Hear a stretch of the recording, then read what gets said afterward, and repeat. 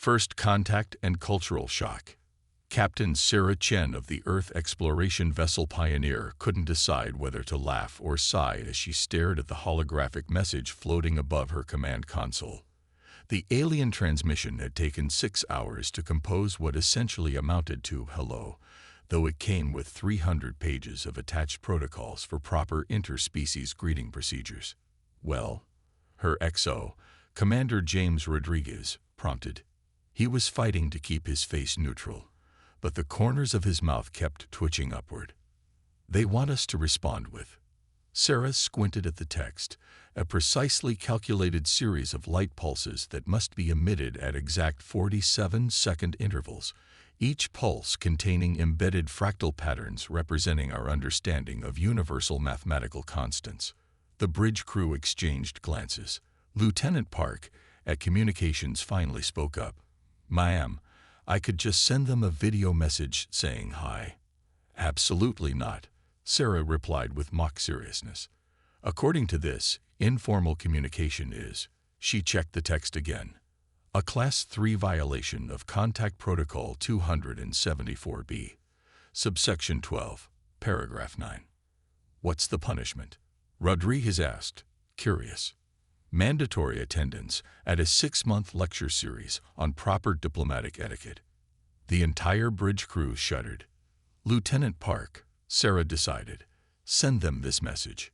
Greetings from Earth. We come in peace and friendship. Would you like to meet in person to discuss things further?" Park's fingers flew over her console. "Sent, Captain." Simple and straightforward. The response came almost immediately, all 800 pages of it. The alien vessel, they learned through careful parsing of the dense text, was part of something called the Andromean Consortium, a civilization that had spent the last 10,000 years perfecting the art of perfect procedure. "They're sending us docking protocols now," Park reported, her eyes widening. "They want us to approach their station using something called the harmony of geometric precision. Each thruster burn must conform to the golden ratio." "Tell them we'll be using standard docking procedures," Sarah interrupted. "Our ship isn't designed for whatever that is."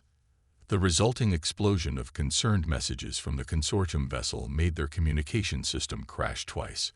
When it finally recovered, the aliens had apparently spent 3 hours in emergency committee meetings before deciding to grant them a temporary exemption from procedural perfection, though they insisted on documenting their profound disappointment in 17 separate appendices. As the Pioneer drew closer to the massive consortium station, the crew got their first good look at alien architecture.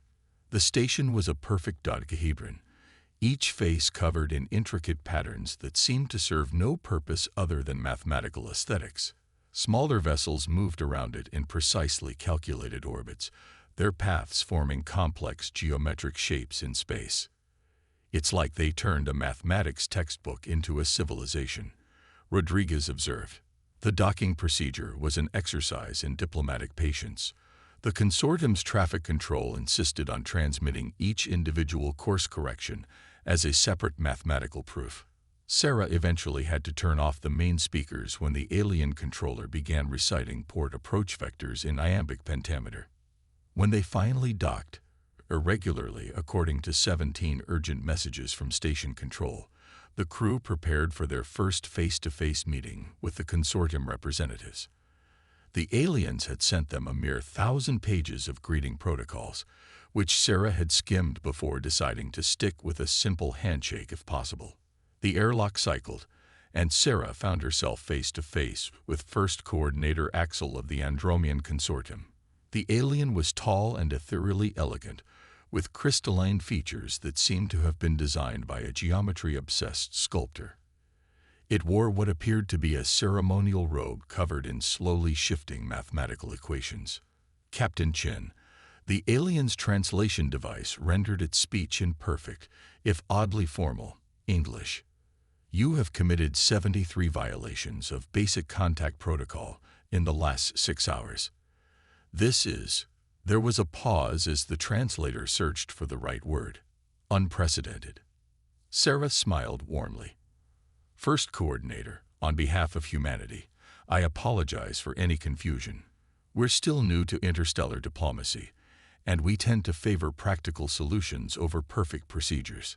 The alien's crystalline features rearranged themselves in what might have been shock. Favor practical solutions over perfect procedures. It turned to its assistants, all of whom were frantically recording every word and gesture. Note this down as violation category 5. Philosophical heresy. Perhaps, Sarah suggested diplomatically, we could discuss our different approaches over a meal. Cultural exchange often happens best in informal settings. Informal. The first coordinator's voice rose an octave. There are only 17,000 pages of formal dining protocols. How could we possibly? It stopped, noticing that Sarah and her crew were all struggling not to smile. You are exhibiting facial muscle spasms. Is this a sign of distress? No, Sarah assured them, finally letting herself grin. It's a sign that this is going to be a very interesting first contact. The first coordinator's assistants immediately began composing a new appendix titled Unauthorized Facial Configurations in Diplomatic Settings. Humanity's introduction to galactic society was officially underway, and it was already clear that both sides had a lot to learn from each other, though the consortium might need a few centuries to process the concept of improvisation. The Great Space Race. This is highly irregular. First Coordinator Axel declared for what seemed like the 1000th time that day. Captain Chen had lost count somewhere around the 400th iteration. The cause of the Coordinator's distress sat in the Pioneer's cargo bay, a battered racing ship that looked like it had been cobbled together from spare parts, which, to be fair, it largely had been. Chief Engineer Maria Santos proudly patted its scratched hull. "Meet the Thunderbolt," she announced. "She may not look pretty, but she's the fastest thing humanity's ever built." The consortium delegation stared at the ship with what could only be described as horror. Their own racing vessel, visible through the cargo bay's force field, hung in space like a mathematical proof given physical form. All gleaming angles and perfect curves, its surface decorated with equations that Maria suspected were purely for show. "You cannot seriously intend to enter this." Axel seemed unable to find a suitably diplomatic word. "Construct in the Grand Acceleration Competition." The competition had been the consortium's idea. After 2 months of increasingly strained diplomatic relations, they had suggested a friendly contest to demonstrate their superior technology. The rules were simple: a race through an asteroid field to a designated point and back. The consortium clearly expected their perfectly engineered ship to humble the upstart humans. "Not only are we entering," Captain Chen replied cheerfully, "but we expect to win." This prompted an emergency meeting of the consortium's competition committee, followed by an emergency meeting of the emergency meeting committee to discuss whether the first emergency meeting had followed proper procedures. By the time all the relevant protocols had been observed, the race was nearly delayed by a full day. Finally, both ships lined up at the starting position. The consortium vessel, the Geometric Harmony, moved with liquid grace, its every motion calculated to 12 decimal places. Next to it, the Thunderbolt looked like something assembled during a particularly ambitious garage sale. "Final systems check," Maria called over the ship's comm. "How's our secret weapon looking?" "Ready to go," Rodriguez replied from the pilot's seat. "Though I still can't believe we're actually doing this." The race began with characteristic consortium precision.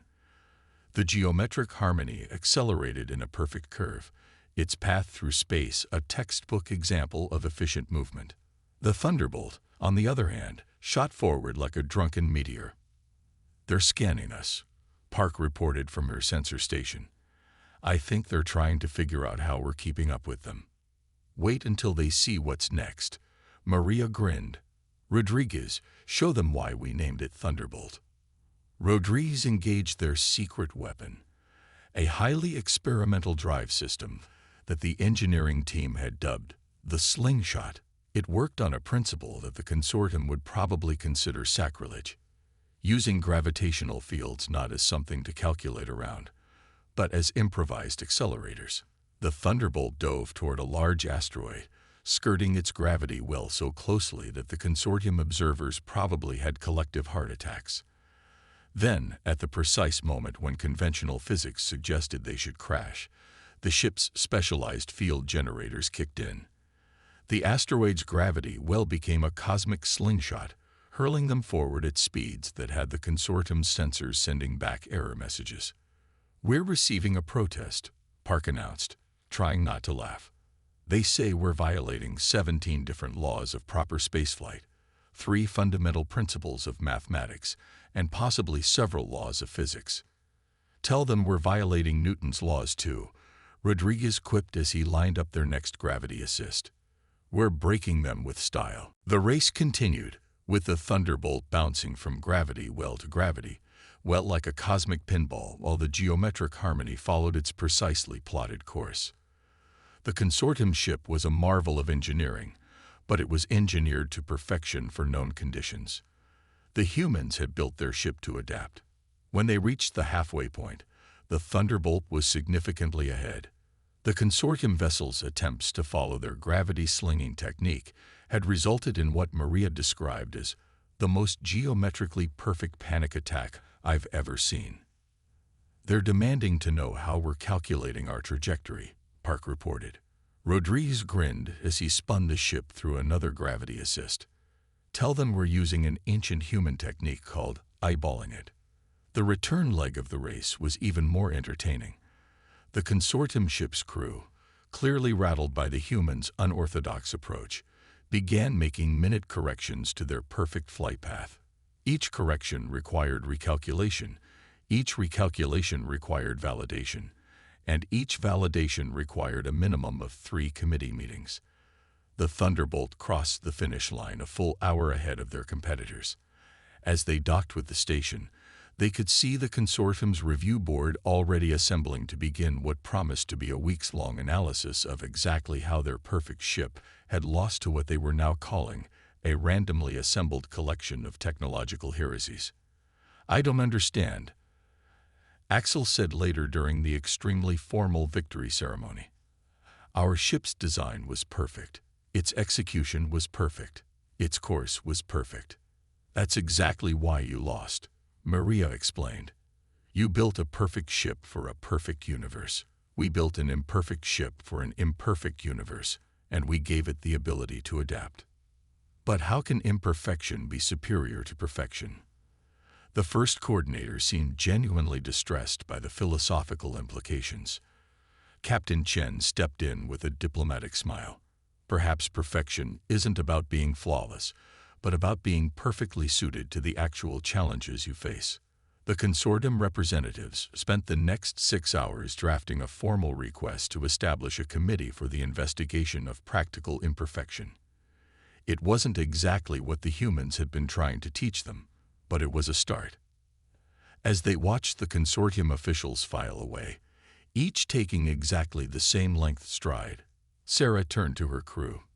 "I think we just introduced the concept of good enough to a civilization that spent 10,000 years trying to be perfect. Should we tell them about duct tape next?" Maria suggested innocently. "One cultural revolution at a time," Sarah replied. "One cultural revolution at a time. The art of war and peace, absolutely unacceptable." High Commander Varix of the Consortium Defense Force thundered, his crystalline features refracting light in patterns that suggested extreme agitation. "You cannot simply improvise during combat exercises." Captain Chen watched as the replay showed her ship, the Pioneer, executing what her crew had dubbed the coffee spill maneuver, named after Lieutenant Park's unfortunate accident that had inspired it. The ship had spun erratically, appearing to lose control, only to use that chaotic motion to slip past the consortium's perfect defensive formation. "The purpose of military exercises is to perfect predetermined tactical responses," Varix continued. "How can we evaluate your performance if you don't follow any of the standard combat algorithms?" "With all due respect, Commander," Sarah replied, "that's exactly why our approach works. In real combat, the enemy won't follow your algorithms either." This statement prompted an immediate recess as the consortium officers huddled together, frantically consulting their tactical manuals. Sarah caught fragments of their whispered conversation. But the manuals cover everything. There must be a protocol for this. Should we convene the Committee for Unprecedented Tactical Situations? The joint military exercises have been going for 3 days, and with each passing hour, the fundamental difference between human and consortium military philosophy became more apparent. The consortium believed in perfect execution of predetermined strategies. Humanity believed in adapting to chaos. Perhaps, First Coordinator Axel suggested diplomatically, the humans could demonstrate their methodology. The word seemed to cause physical pain. Sarah nodded to Rodriguez. Commander, show them the training simulation. The holographic display came to life, showing a classic human training scenario. A small force defending against a superior enemy, limited resources, changing conditions, and incomplete intelligence. The consortium officers watched in horror as the human commanders in the simulation repeatedly deviated from optimal strategies to seize unexpected opportunities. But how do you know what to do without proper protocols? Verix demanded. We call it initiative, Rodriguez explained. We train our people to think independently and adapt to changing situations. Independent thought. During combat, several consortium officers looked like they might faint. How do you maintain proper geometric formations? We don't. Sarah said. We maintain effective formations that suit the situation. The next day's exercises proved her point. The consortium fleet arranged itself in a mathematically perfect defensive sphere, each ship positioned with precision that would have made a geometry professor weep with joy. The human ships, on the other hand, scattered in seemingly random patterns. Beginning standard attack pattern Epsilon 7, the consortium commander announced formally. Every ship in their fleet began moving in perfect synchronization. Beginning standard human attack pattern. Figure it out as we go, Rodriguez responded with a grin. What followed was perhaps the most chaotic mock battle in galactic history.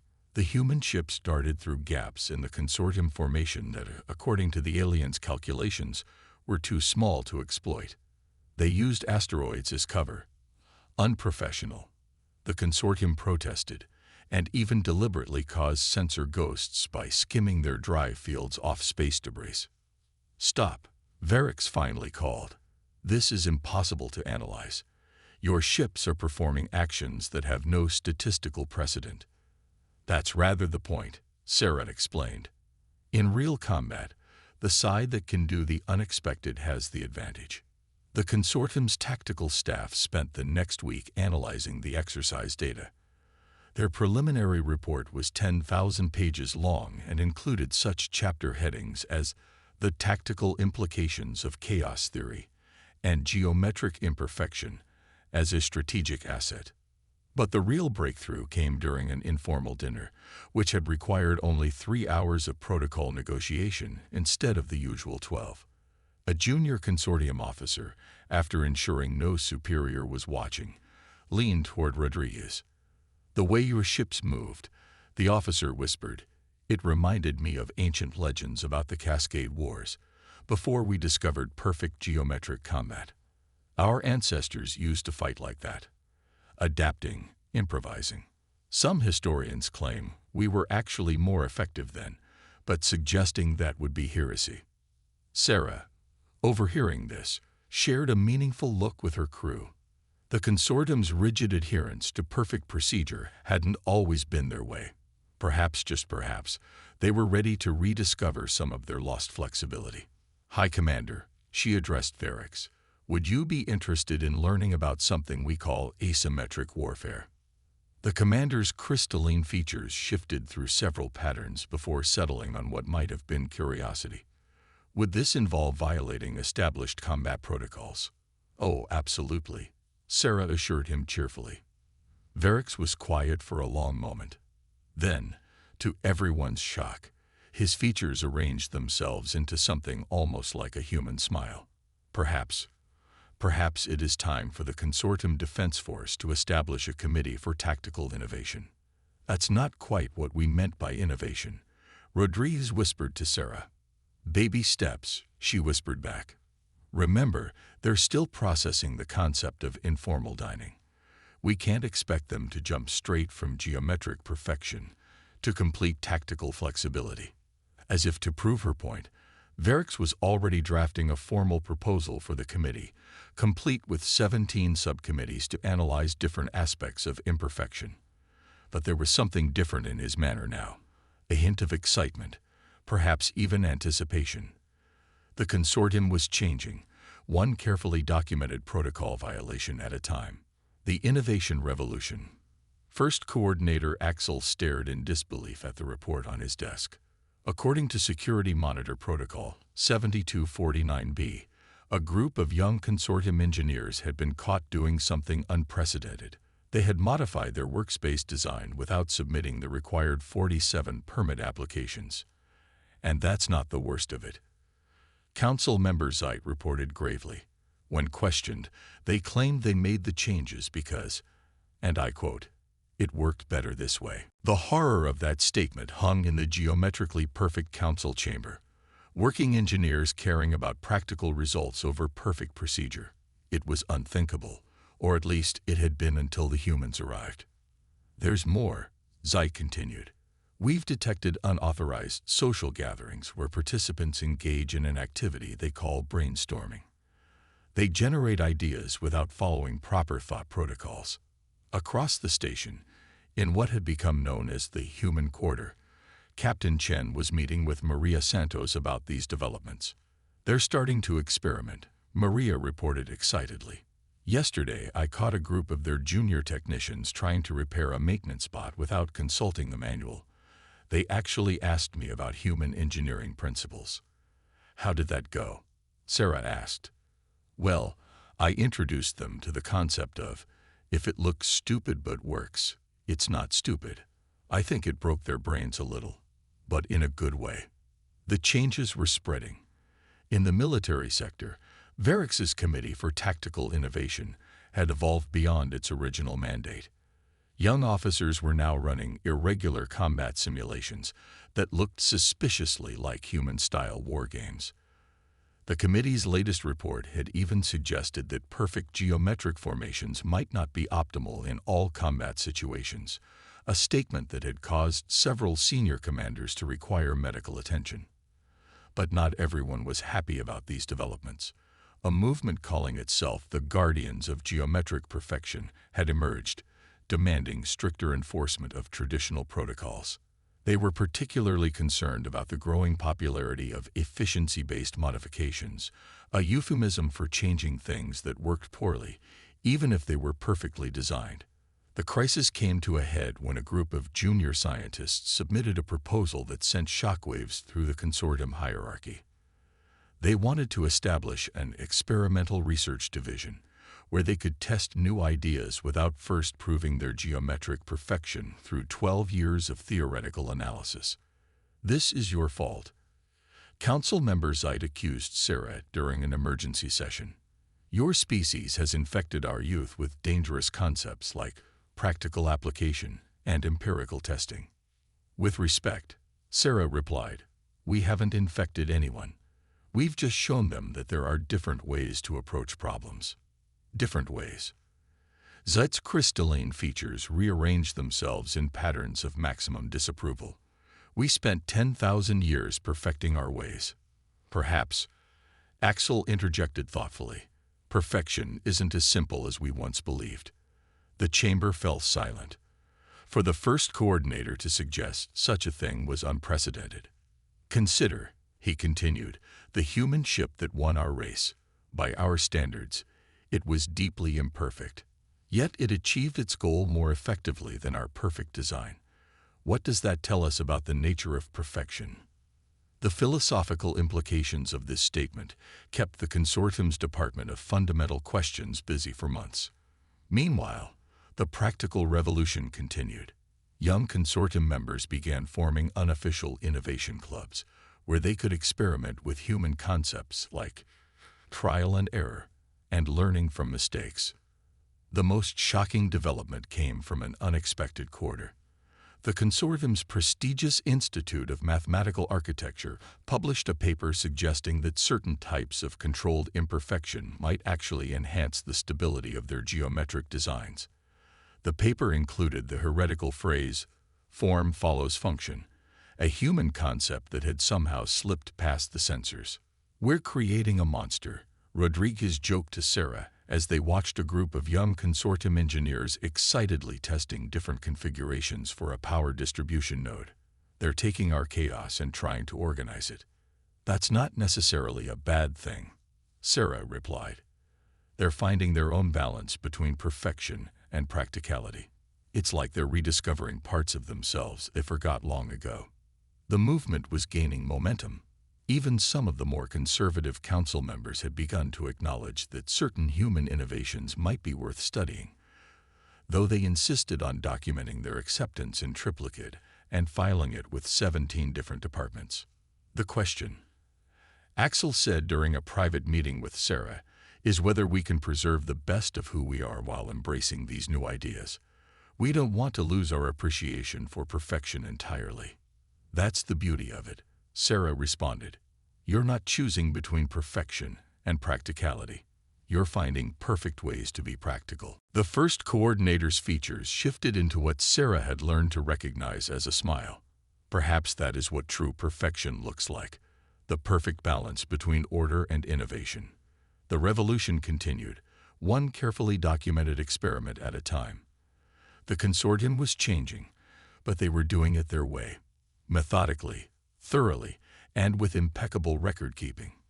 It wasn't quite what the humans had expected, but perhaps that was perfect in its own way. The universal bridge. The alert came during what was supposed to be a routine diplomatic meeting. A quantum anomaly had appeared at the edge of consortium space, threatening to destabilize the delicate fabric of local spacetime. Initial readings suggested it was expanding at an exponential rate. "According to our calculations," Axel announced to the Emergency Council, "we have approximately 72 hours before the anomaly begins affecting major populated systems."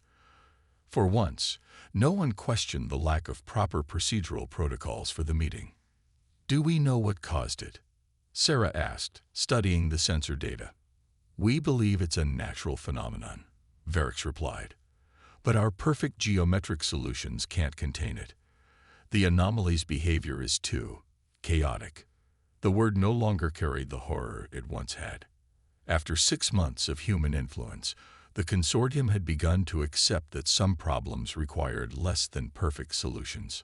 "We need to combine our approaches," Sarah suggested, "your precision with our adaptability." What followed was perhaps the greatest collaboration between humans and the consortium yet. In the main research bay, human and alien scientists worked side by side, breaking every protocol in the book, but documenting their violations with impeccable precision. Maria Santos led a team of engineers in modifying the consortium containment vessel, adding human-style adaptive systems to their geometrically perfect design. Young consortium technicians, once terrified of deviating from manuals, now eagerly suggested improvisations. "The quantum harmonics need to be perfect," a consortium scientist insisted, "but the field geometry needs to be able to change dynamically." "Perfect imperfection," Maria grinned. "Now you're getting it." The resulting vessel was unlike anything either civilization had created before. Its core maintained the consortium's mathematical precision, but its outer systems were designed to adapt and evolve in response to the anomaly's chaos. The consortium named it the Symmetric Chaos, a name that would have been considered heretical just months ago. As they approached the anomaly, Sarah stood on the bridge of the Pioneer, which was escorting the Symmetric Chaos. The view was breathtaking and terrifying, a tear in spacetime that seemed to defy every known law of physics. Beginning containment sequence, the consortium crew reported. Geometric perfection at optimal levels. Adaptive systems engaging, Rodriguez added from his station. Ready to improvise. What followed was a dance between order and chaos. The Symmetric Chaos approached the anomaly, its perfect geometric core generating containment fields, while its adaptive systems constantly adjusted to the anomaly's erratic behavior. The Pioneer darted around the edges, its sensors feeding real-time data to help guide the adjustments. "It's working," Maria reported excitedly. "The containment fields are holding." But then the anomaly pulsed, sending out a wave of quantum distortion that threatened to overwhelm their defenses. The consortium crew began rapid calculations while the human team started suggesting improvisations. "We need to modulate the field geometry," a young consortium engineer suggested, not even flinching at the idea of changing a perfect pattern. "And we need to do it with perfect timing," Sarah added, watching the energy readings spike. The next few minutes were intense. Consortium precision guided the overall containment while human adaptability kept them ahead of the anomaly's changes. Finally, with a flash of light that temporarily blinded their sensors, the anomaly collapsed in on itself and disappeared. In the aftermath, as the combined crews celebrated their success, Axel approached Sarah with an unusual expression on his crystalline features. "We could never have done this alone," he admitted. "Neither your chaos nor our perfection would have been enough by itself." "That's the real perfection," Sarah replied. "Different approaches working together, each compensating for the other's weaknesses." The success led to unprecedented changes in the consortium. The Council formally recognized adaptive perfection as a valid philosophical approach. Young consortium members began pursuing what they called perfect innovation, combining their traditional precision with human-style creativity. "We're not becoming chaos-loving humans," Varix explained during the formal celebration. "And you're not becoming perfection-obsessed consortium. We're both becoming something new, something better." The celebration itself symbolized the change. It followed exactly 47 traditional consortium protocols, but included 12 improvised human customs. Somehow, the combination worked perfectly. As Sarah watched her crew mingling with their consortium counterparts, she smiled at the sight of young aliens attempting human dancing, while humans tried to maintain geometrically perfect postures. "You know what this means?" Rodriguez asked, joining her at the observation window. "What's that?" "The galaxy's not ready for what we're creating here. Perfect precision combined with human adaptability. We're going to change everything." Sarah watched as a group of consortium engineers excitedly showed their human counterparts a new design that combined geometric perfection with practical functionality. "We already have," she replied. "And we did it by being exactly who we are." The stars shone steadily through the window, unchanging, and yet always in motion, rather like the new partnership that had been forged beneath them. Perfect geometry and human chaos, dancing together in a universe that had room for both.